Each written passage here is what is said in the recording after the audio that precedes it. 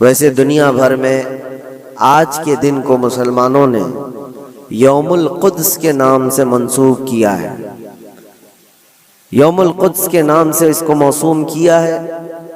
دنیا الگ الگ ڈے مناتی ہے، mother's day, father's day, women's day, وہ پتہ نہیں کون کون سے ڈے بہت سارے منائے جاتے ہیں۔ اسلامی اعتبار سے ساری دنیا کے مسلمانوں نے رمضان کے آخری جمعہ کو القدس ڈے، یوم القدس یعنی بیت المقدس کی حفاظت والا دن قرار دیا۔ پوری دنیا آج دعاؤں میں مشغول ہے اور امت کو قدس کے متعلق اویئرنیس لانے کے لیے، ان کے اندر معلومات پیدا کیے جانے کے لیے ہر جگہ پر محفلیں ہوتی ہیں، تقاریر ہوتی ہیں، اور ہونا بھی چاہیے کہ امت کو یہ حصہ ٹرانسفر کیا جائے۔ آج دور دراز بیٹھے ہوئے لوگ یہ سمجھتے ہیں کہ فلسطین میں جو کچھ بھی چل رہا ہے وہ ان کا علاقائی جھگڑا ہے، ان کے بارڈر کا مسئلہ ہوگا جیسے ہمارے لیے کشمیر کا مسئلہ بنتا ہے۔ ایسا نہیں ہے میرے عزیزو، یہ بہت پرانی تاریخ ہے۔ بیت المقدس جو خطہ ہے، جس کو مسجد اقصی کہا گیا قرآن پاک میں، جہاں سے رسول کریم صلی اللہ تعالی علیہ وسلم کی معراج ہوئی، جس کا ذکر صاف قرآن پاک میں ہے، سبحان الذی اسری بعبدہ لیلا من المسجد الحرام الی المسجد الاقصی۔ پاک ہے وہ ذات جس نے اپنے بندے خاص کو ایک رات مسجد حرم سے جو مکہ میں مسجد اقصی تک کا سفر کرایا۔ مسجد اقصی کیا ہے؟ قرآن کہتا ہے الذی بارکنا حولہ، جس کے ارد گرد ہم نے برکت رکھی ہے، جس کے ارد گرد برکتیں رکھی گئی ہیں۔ تو مسجد اقصی یہ کل پرسوں والی، سال دو سال پہلے والی یا 100-200 سال پہلے والی مسجد کا نام نہیں ہے، یہ اتنی پرانی ہے جس کی تاریخ تقریباً 4000 سال پہلے کی۔ سیدنا ابراہیم علیہ السلام کے زمانے سے یہ آباد علاقہ، اور ایک دو نہیں ہزاروں انبیاء اکرام علیہ السلام کا وہ قبلہ رہا، اور خود مسلمانوں کا بھی قبلہ اول وہی تھا۔ پہلے اسی کی طرف منہ کر کے نماز ادا کیا جاتا، اور نبی پاک صلی اللہ تعالی علیہ وسلم جب مدینہ طیبہ ہجرت فرما کر آئے تو آپ اندازہ کیجئے کہ بعثت کے 13 سال کے بعد، یعنی حضور کے اعلان نبوت کے 13 سال کے بعد حضور پاک صلی اللہ تعالی علیہ وسلم نے ہجرت فرمائی۔ مکہ کے 13 سال اور پھر مدینہ جانے کے بعد وہاں 17 مہینے تقریباً 1.5 سال بیت المقدس کی طرف منہ کر کے ہی نماز پڑھی جاتی تھی، بیت المقدس کی طرف رخ کر کے ہی عبادت ہوتی، اور 17 مہینے کے بعد پھر وہ حکم آیا، وہ بھی میرے مصطفیٰ کریم صلی اللہ علیہ وسلم کی خواہش پر، کہ آپ ظہر کی نماز ادا کر رہے تھے اور آپ کے دل میں یہ خیال آیا کہ ہمارا قبلہ بیت المقدس کی وجہ خانہ کعبہ ہوتا تو اچھا ہوتا۔ رب تبارک و تعالیٰ کی بارگاہ میں وہ خواہش کرتے ہوئے آسمان کی طرف نماز کی حالت میں حضور دیکھ رہے تھے، چہرہ آسمان کی طرف اٹھا رہے تھے، 2 رکعت ہو چکی تھی۔ تب اللہ تعالیٰ نے قرآن کی آیت نازل فرمائی نماز کی حالت میں ہی، قد نرا تقلب وجہک فی السماء فلنولینک قبلۃ ترضاها۔ اے محبوب، ہم آپ کا چہرہ اٹھانا دیکھ رہے ہیں آسمان کی طرف، اور عنقریب آپ کو اسی طرف پھیر دیں گے جہاں آپ کی رضا ہے، آپ کی جس میں خوشی ہے۔ اور پھر فوراً آیت بھی نازل ہو گئی فولی وجہک شطر المسجد الحرام۔ دیر کس بات کی محبوب، ابھی آپ اپنا چہرہ خانہ کعبہ کی طرف فرما لیں۔ بیت المقدس سامنے ہے تو خانہ کعبہ بالکل اپوزٹ میں۔ حضور اکرم صلی اللہ علیہ وسلم 2 رکعت کے بعد نماز کی حالت میں ہی گھوم گئے، اور اس کے بعد باقی کی 2 رکعت خانہ کعبہ کی طرف منہ کر کے پڑھائی۔ تو قبلہ تو جو بدلا وہ نبی پاک صلی اللہ علیہ وسلم کے زمانے میں 17 مہینے نماز مدینے میں پڑھنے کے بعد، لیکن اس سے پہلے بیت المقدس قبلہ اول رہا۔ بیت المقدس انبیاء اکرام کا مسکن ہے، تقریباً 30,000 کے قریب انبیاء اکرام علیہ السلام اس کے ارد گرد ہیں بیت المقدس کے، اور وہ اس کو قرآن پاک نے ارض مقدس کہا ہے۔ ارض مقدس بھی قرآن پاک میں اس کا ذکر ہے۔ مسئلہ یہ ہے کہ وہاں پر دنیا کے 3 بڑے پرانے جو ادیان ہیں ان کا وہ محور و مرکز بنتا چلا جاتا ہے، یہودیت، عیسائیت اور مسلمانوں کے لیے، سب کے لیے وہ مقدس ہے، محترم ہے، متبرک ہے۔ یہودی بھی اس کو مقدس مانتے، ان کا بھی قبلہ رہا، اور عیسائی بھی اس کو اپنا مقدس اور محترم عبادت گاہ کے طور پر دیکھتے ہیں، اس لیے کہ عیسیٰ علیہ السلام کی ولادت بھی وہاں قریب میں ہوئی، بیت لحم میں، اور عیسائیوں کے لیے بھی وہ ایک مرکز کی حیثیت رکھتا ہے۔ اور یہ آسمانی مذاہب میں ایمان والے مسلمانوں کے لیے بھی وہ مقدس و متبرک ہے۔ اس کی وجہ چاہے جو بھی ہو، قرآن پاک میں اس کا ذکر ہے، اور نبی پاک صلی اللہ علیہ وسلم نے وہاں سے معراج فرمائی، معراج کا سفر شروع فرمایا۔ تو اس اعتبار سے 3 بڑے ادیان جو دنیا کے ہیں ان میں یہ اختلاف کا مسئلہ آج سے نہیں رہا، برسوں سے رہا۔ چلیں اگر آج کوئی ہم پر یہ الزام لگاتا ہے یہ کہ مسلمانوں کا اور یہودیوں کا مسئلہ ہے، تو میرے عزیزو، فلسطین میں مسلمانوں کے آنے سے پہلے کی اگر تاریخ آپ پڑھیں گے تو یہودیوں اور عیسائیوں میں کئی جنگیں وہاں پر ہوئی، کئی جنگیں بیت المقدس کو لے کر کے۔ بیت المقدس میں پہلے یہودیوں کا غلبہ تھا، تو عیسائیوں کا بادشاہ ٹائٹس اور ہرکیولس، یہ سب بادشاہوں کے جو نام ہیں آپ تاریخ میں پڑھیں، یہ حضور پاک صلی اللہ تعالیٰ علیہ وسلم کی آمد سے پہلے والے، انہوں نے طاقت حاصل کی، غلبہ حاصل کیا۔ تو ٹائٹس جو بادشاہ تھا عیسائیوں کا، اس نے اتنا قتل عام کیا تھا یہودیوں کا، اتنا قتل عام کہ پورے فلسطین کی زمین خون سے بہہ رہی تھی اس زمانے میں۔ اور پھر جب یہودیوں کا غلبہ آیا تھا تو یہودیوں نے عیسائیوں کا قتل عام کیا تھا، کسی کو چھوڑا نہیں تھا۔ تو بیت المقدس کے حصول کے لیے، اس پر غلبہ حاصل کرنے کے لیے جنگیں برسوں سے چلی، بہت برسوں سے۔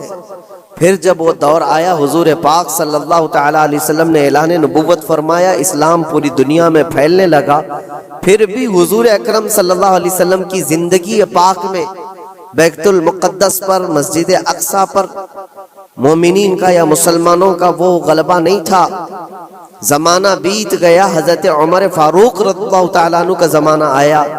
جب حضرت عمر فاروق کا زمانہ آیا تو اسلامی سلطنت کی سرحدیں بہت دور دور تک پھیل گئیں، مصر فتح ہو گیا، ایران فتح ہو گیا، روم فتح ہو گیا، بہت سارے علاقے فتح ہو کر اسلام میں داخل ہوئے۔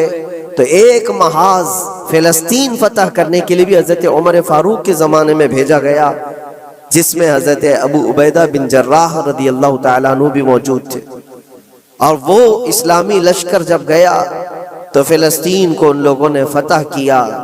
فلسطین جب فتح ہوا، بیت المقدس جب حاصل کیا گیا، وہ بھی تاریخ بڑی عظیم ہے میرے عزیزوں۔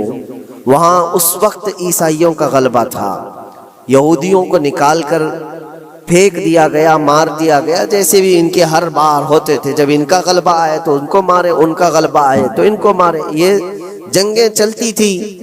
پھر جب اسلام آیا تو اس زمانے میں عیسائیوں کا وہاں غلبہ تھا، انہوں نے حوالے کر دیا بیت المقدس کو، مسجد اقصیٰ کو حوالے کیا۔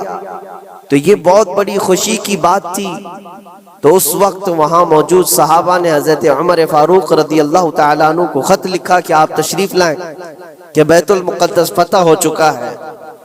اور یہ مسلمانوں کے لیے ایک بہت بڑی بشارت تھی، بہت بڑی عظیم خوشخبری تھی، اور سب انتظار میں تھے کہ امیر المومنین آئیں گے تو ان کے ذریعے سے یہاں پر نماز ادا کی جائے گی۔ حضرت عمر نے خبر پاتے ہی سفر شروع فرمایا تھا، لیکن وہ کس حال میں سفر کیا تاریخ میں موجود ہے۔ وقت کا امیر المومنین جس نے محاذ پہ محاذ چھیڑ رکھے تھے اور بڑے بڑی سلطنتوں کو زیر کر دیا تھا، لیکن بیت المقدس کے فتح ہونے کی خبر پا کر جب جانا تھا تو بہت لاؤ لشکر لے کر کے نہیں نکلے، اپنے ایک غلام اور ایک گھوڑے کے ساتھ نکلے تھے مدینہ طیبہ سے۔ اور وہ بھی اس حال میں نکلے تھے کہ غلام سے طے کر لیا تھا کہ 1 میل میں اس پر بیٹھوں گا تو چلے گا، اور 1 میل تو بیٹھے گا اور میں اس رسی پکڑ کر چلوں گا۔ یہ دونوں میں طے ہو چکا تھا۔ اس طرح سے امیر المومنین سفر کرتے ہوئے فلسطین پہنچے تھے، بیت المقدس پہنچے تھے۔ حضرت عمر فاروق رضی اللہ تعالیٰ عنہ، یہ باتیں آج اس لیے بتا رہا ہوں کہ جنہوں نے خون کا بازار گرم کر رکھا ہے، اور جو ہم پر یہ الزامات ہیں کہ تلوار کے زور پر علاقے حاصل کیے، تو حضرت عمر کی یہ سیرت بھی بتاؤ، یہ تاریخ بھی بتاؤ کہ فاتح قوم کس طرح سے جاتی ہے، اکڑ کر، لوگوں کو پکڑ کر نہیں۔ حضرت عمر جب بیت المقدس کے فتح کے بعد فلسطین آ رہے تھے، خبر مشہور ہو گئی، عیسائی بھی مسلمان بھی جو وہاں موجود تھے، سب لوگ امیر المومنین کو دیکھنے کے لیے باہر نکلے تھے۔ اتفاق ایسا تھا کہ فلسطین جب قریب تھا تو سواری پر بیٹھنے کی باری غلام کی تھی، حضرت عمر کی باری رسی پکڑنے کی تھی۔ وہ رسی پکڑ کر کے وہاں قریب پہنچے تو لوگوں نے یہ سوچا جو سواری پر بیٹھا ہے وہ امیر المومنین ہے، لوگ سب اس کے پیچھے دوڑنے لگے۔ تو وہاں موجود صحابی رسول حضرت ابو عبیدہ نے کہا، اے لوگو، تم غلط فہمی میں ہو، سواری پر بیٹھا ہوا امیر المومنین نہیں، گھوڑے کی رسی پکڑا ہوا وہ امیر المومنین، وہ تو غلام ہے ان کا۔ لوگوں نے پوچھا ایسا کیسے ہو سکتا ہے، تمہارا اتنا بڑا عظیم بادشاہ، اتنا بڑا سلطان، وہ رسی پکڑ کر چل رہا ہو، کوئی غلام بیٹھا ہو؟ کہا یہی تو اسلام کا عدل ہے، فاروق اعظم کا عدل ہے۔ انہوں نے یہ طے کیا ہے کہ راستے میں دونوں برابر کے سفر میں حصے دار ہوں گے، تھوڑا آرام تم کرو گے، تھوڑا آرام ہم کریں گے۔ ان اخلاق کو دیکھ کر موجود کئی لوگوں نے اسلام قبول کیا تھا۔ حضرت سیدنا عمر ابن خطاب رضی اللہ تعالیٰ عنہ اسی موقع پر یہ بھی ارشاد فرماتے ہیں، لوگوں نے جب یہ دیکھا امیر المومنین کہہ کر پکارا تو آپ کی آنکھوں میں آنسو آئے۔ فتح بیت المقدس کے موقع پر میرے عزیزو، ہو سکتا ہے کسی کا سینہ چوڑا ہو جائے کہ بیت المقدس فتح کر لیا ہے، اب ہم نے مسلمانوں کا قبلہ اول واپس آ گیا ہے۔ اس لیے کہ تاریخ میں پہلے سے موجود ہے اور بعد میں بھی کہ جس بادشاہ نے وہاں پر چڑھائی کی اور فتح کیا، غلبہ حاصل کیا، اس نے کرورتا ایسی دکھائی کہ سارے لوگوں پر یہ دھوس جمانا چاہا کہ یہ میری طاقت کا نشہ دیکھ لو، میں جب طاقت سے چڑھائی کرتا ہوں تو کیا حالات ہوتے ہیں۔ سب کو، جس بادشاہ نے بھی بیت المقدس پر چڑھائی کی ہے، اس نے اپنا غرور اور اپنا گھمنڈ لوگوں کو دکھایا۔ یہ امیر المومنین عمر ابن خطاب تھے، جب بیت المقدس فتح ہونے کے بعد آئے تھے تو آنکھوں میں آنسو تھے اور روتے ہوئے لوگوں سے کہا، اے لوگوں، میری کوئی حیثیت نہیں، میں تمہیں بتاتا ہوں، میں خطاب کا بیٹا عمر ہوں۔ بچپن میں مجھ سے 2 بکریاں نہیں سنبھلی جاتی تھی، میرے باپ مجھے مارتے تھے، جب بکریاں میں نہیں سنبھال پاتا تو روز مار کھاتا تھا، اور آج اللہ کے فضل سے پورے علاقے مصر، یمن، عراق، ایران، روم، اب یہ فلسطین، عرب، حجاز، تقریباً آج کی 6 کنٹری جس کا رقبہ 36 لاکھ اسکوائر کلومیٹر کے آس پاس ہوتا ہے۔ حضرت عمر کہتے یہ پورا علاقہ آج تنہا عمر اس کو ہانک رہا ہے اور ہماری نگرانی میں ہے، اس لیے نہیں ہے کہ خطاب کا بیٹا عمر ہے، اس لیے کہ محمد عربی کا غلام عمر ابن خطاب حضور اکرم صلی اللہ تعالیٰ علیہ وسلم سے وابستہ ہوں، تو اللہ تبارک و تعالیٰ نے یہ طاقت و قوت اور یہ غلبہ عطا کیا ہے۔ ایک مختصر سی تاریخ میں آپ کے سامنے رکھتے آ رہا ہوں۔